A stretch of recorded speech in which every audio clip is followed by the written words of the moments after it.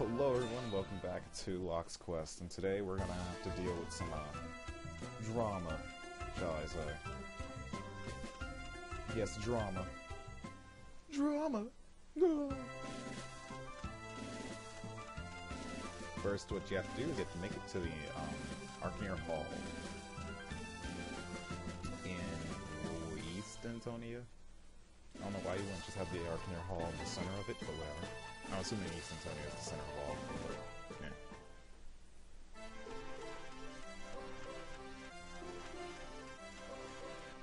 I do like this game's music, though. Some music tracks are used as battle tracks, some music tracks are used as cutscene tracks. Other music tracks are actually used as for other tracks, for like just general area tracks. Well, I guess you expected me to do very lowly, because that's not even that big of a deal to get iron, get metal.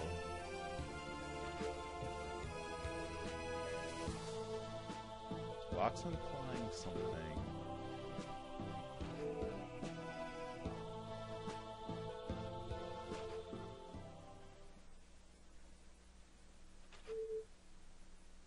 So you assume that it's the leader. This is one part where I don't agree with Locke's decision-making at all. Because it doesn't make sense. Okay, so coincidentally you got ambushed at two places. How do you know it's not just a coup in the Arcaniers like, just in general, of all of them? How do you just assume it's Keenan? You can't just go accusing officials like that, Locke. They'll make an ass out of you. That's what assuming does.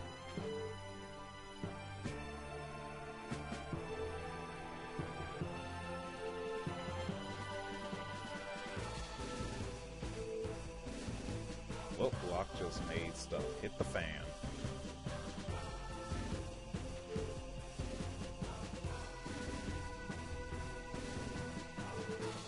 They didn't?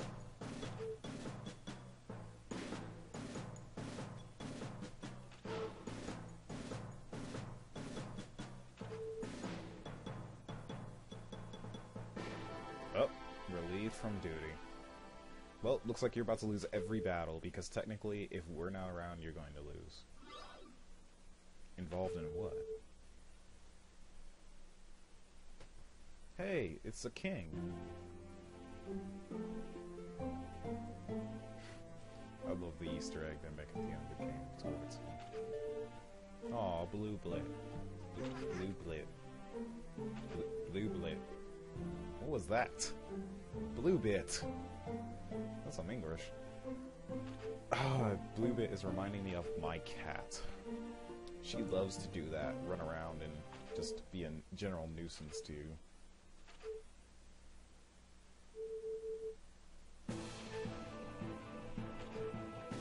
Oh, a little girl surrounded by clockworks, and we lost a little girl at the beginning of the game. Let's go ahead and find Emmy. I like this little section because it actually gives the game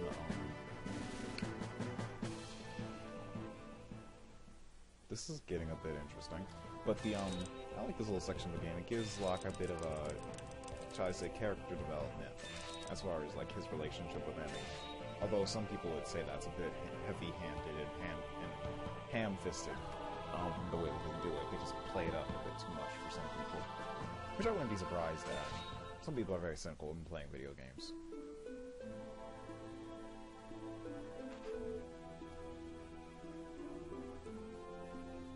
Nearly 2 months.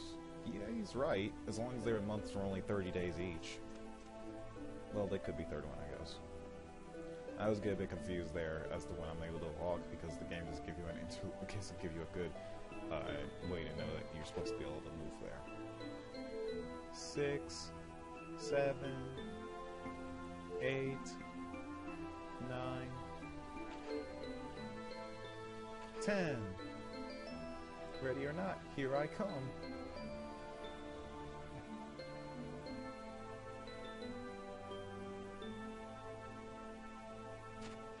So she gives up, and Aw, she fell.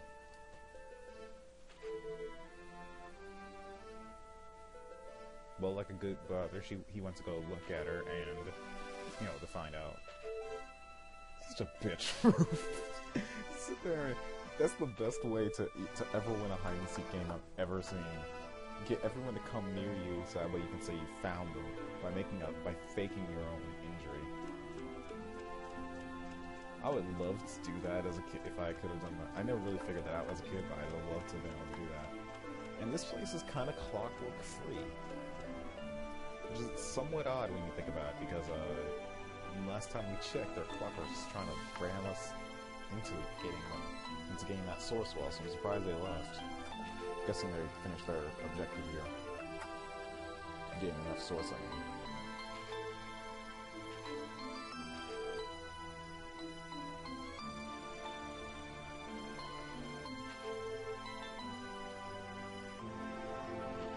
You made a sand castle. It's what most children do when they're at the beach. Get over it. Nah, Emmy's cute. She's a nice little girl. It's funny, just how they, just how she's a child in heart. Like, the character herself is a child. There's no real, cynic nature to her. There's nothing really bad about her. She's not like the little, girl from Drake and Josh, or that entire era of, I don't know why their footsteps sounds every 5 seconds now, but the entire era of people who had to of little girls who had to be evil and everything in sitcoms and comedies like that. I hated that era of television. I'm really getting annoyed with television actually in general. I do watch a few shows like now and then. To watching television. Like I watch 30 Rock, which is actually a good comedy made by Tina Fey.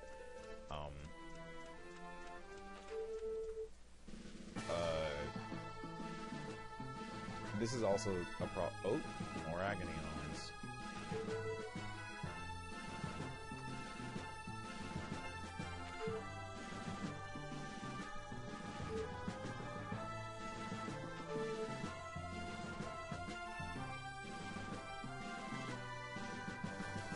Yeah, only 2 agony lines, not that special.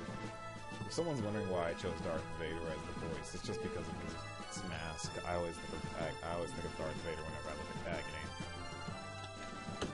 It made me think that this entire story was inspired by Star Wars, and as you can't move out there, Locke has to play, Metal Gear Locke's Quest.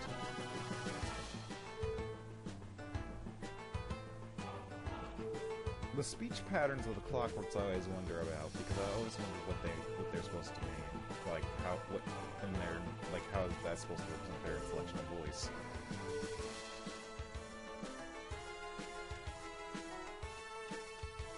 First time you might not understand what to do here because I didn't get stuck, even though I played this game 3 times by the time I recorded this. Well, actually, no.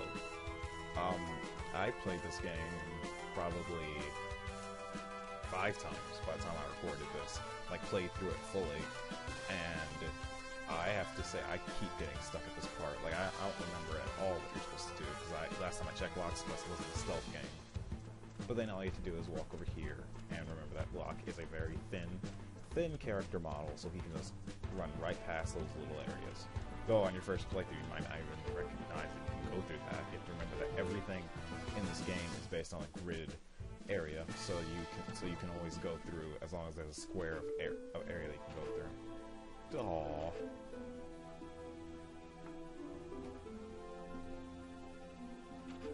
Yeah, we had to go through 3 flashbacks looking for you. Aww. It's making me want to cry. And then I realized I'm a man, so I can't cry. Yeah. I'm a man. This section and the section near the end of the game are the only areas where Emmy and Locke kind of have their sentimental moments, I have to say. Uh-oh. Better run.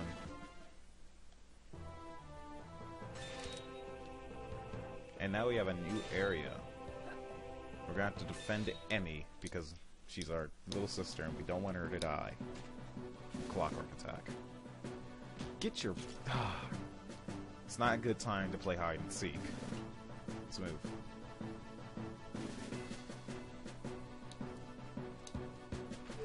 Oi. Well, yeah, it's a dead end. We're stuck. We're basically gonna have to huddle in and just deal with it. And of course, Burrow and Clockworks will make their appearance. Something I forgot to mention in the Iron Fist Quarry was that the Clockworks there are no air Clockworks, like airborne Clockworks that attack in that area.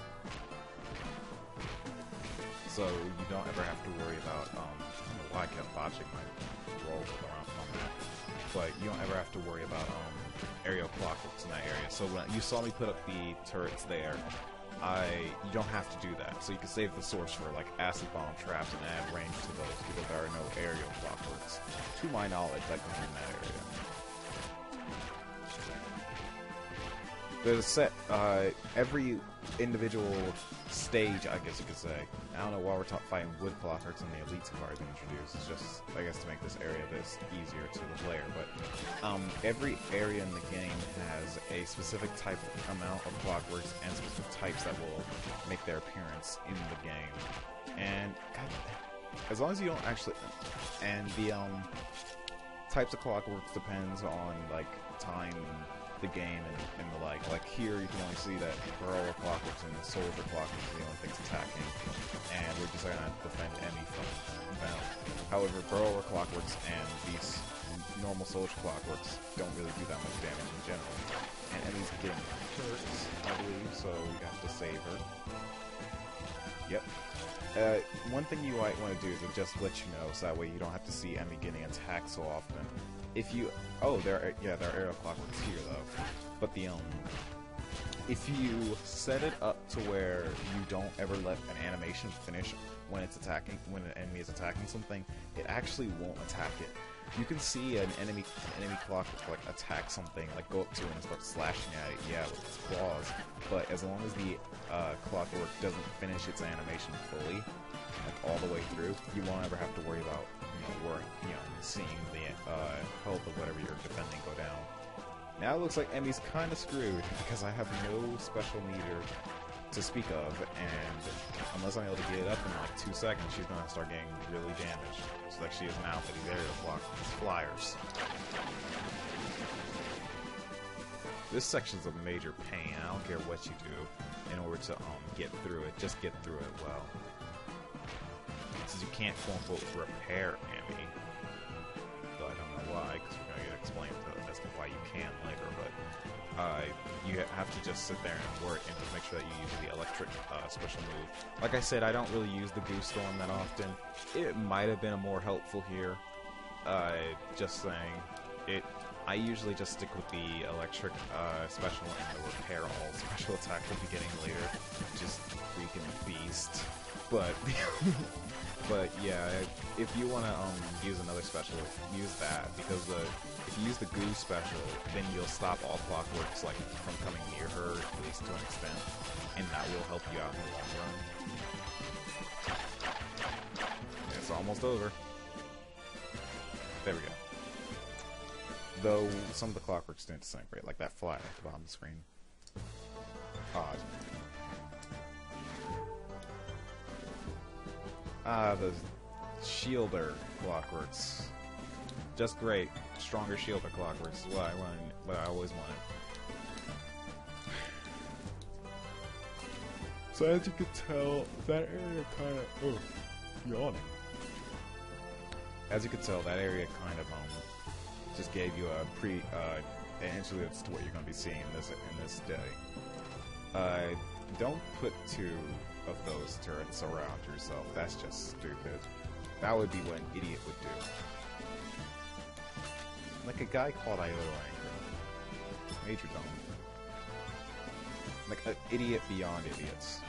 makes you feel sad for people, for like idiot for people who are just retarded, because then they have to they don't like, you know, they don't like other people being called retarded, although I don't know if their intelligence allows them to care. But you know, they have to deal with people calling people like Ben retarded, and then it's like, no, he's just stupid. He's not retarded. He's just dumb. He's just stupid. And yeah. Anyway, and excluding talking about that guy, let's go back onto this. Setting up as far as walls and strategies. I think that the best strategy is to huddle in, like I said before. You won't really expand your area of how far your walls can go out, or your area of like view or anything like that. You won't really spread that out too often. First days, I recommend you just go ahead and set up your basic defense, since you know that you're going to be dealing with burrower enemies and flyer clockworks. You want to set up for those. You want to set up for what is it? You want to set up for the God, what the heck? Oh, now I remember. Yeah, you want to set up for every other type of clockwork. Meaning you want to set up your magic traps, because you know that healer clockworks are almost in every other day, as you can tell so far. You want so that way they won't heal. You want to set up your ice traps as well, so that way they don't you know, brutes won't run up to your to your walls and just start taking them down. And of course I got rid of those, so that way I could have more room to expand my defense. This is a very bad defense, actually, poorly built. I didn't exactly have a great strategy at the time, but as I played again, I've been playing alongside this whenever I get the chance to make sure that I know exactly a better strategy. Better strategy would be to set up a wall going across the side. As you can see, I've set it up there, like, because this is a different time period. This is my final strategy when I look at it in a different way. And also, I got the damage trap, which basically increases damage to enemies, if I remember correctly. But this is my end-all strategy. This is the strategy that I recommend you have at all times. You want to set up yourself to where you're just huddled in, because you're going in for the long haul. You're not going to be really expanding out that much. There are no extra things where you have to run out, so you don't have to worry about putting up doors or anything like that, so you can get outside of your walls. You just want to huddle in and just deal, because there's really no good way to deal with this other than this. You also want to make sure that you have your underground traps set up to where they also go under your walls. That way your walls will also add defense to your other stuff. That would be very good. Very, very good. Very good indeed. And we're about 2 parts past the halfway point of this Let's Play. I mentioned it in part 12, but we're getting close to the end of each part. This Let's Play is, just so that anyone wants to know, it's 24 parts. So, that's just, get that out of the way. I'm telling you that in part 14 because all the footage is recorded and everything I'm doing post, of course. I don't really get into... I'm stopping to try and get into the debate of live versus post, because live and post, it really doesn't matter to me. I think that a lot of people overly... They give live commentary too much credit compared to post, and then they underdevelop, and then they think post is terrible for some reason. I don't know why, because the facts are fine. But, and this is something that'll happen a lot. The Arch Clockwork will look at you, will just start shooting at your wall, and your wall can't hit it, but oh well. Arch Clockwork's not that much damage anyway. They kind of overplay live too much, and people act like live is the best commentary ever, when in all actuality it could or could not be. It depends completely on the person and whether or not you're a good commentator in general. Because sometimes, if you're a good commentator in general, you might be able to do live very well, especially if you're able to keep your head on straight when playing a video game. However, if you're not a very good commentator, or you don't feel you are, post might be a better place to start. live isn't as great as everyone makes it out to be. Live, you have to deal with stuff going wrong, technical difficulties, and the like that can be just cut out in post commentary. But I mean, I'm not saying that live is bad. A lot of people I watch do live commentary, but I just never understood like the thought of the debate between live and post. But that's the end of this part of Locke's Quest, everyone. So I will see you all next time.